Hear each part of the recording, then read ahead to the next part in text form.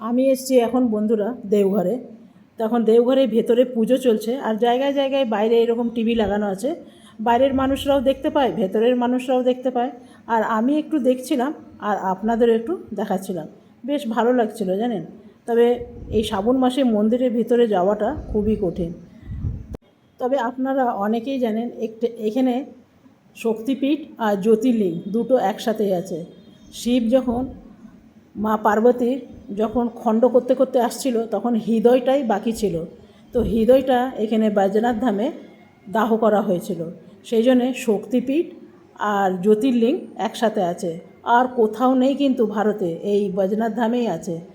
তো সেই জন্যে এইখানে বৈদ্যনাথ ধামে খুবই পবিত্র মানা হয়। আর এর পেছনের গল্প কিন্তু অনেক আছে, সেটা পরে নয় একদিন বলবো। তবে এখন রাত বাজে প্রায় 11টার সময় আমরা একটু বেরিয়েছিলাম।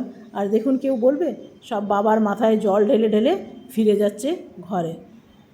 তবে এরা শুধু বৈদ্যনাথ ধামেই নয়, এরা চারিদিকে যেখানে যেখানে শিবের মহিমা আছে সেখানে গিয়েই জল ঢালবে।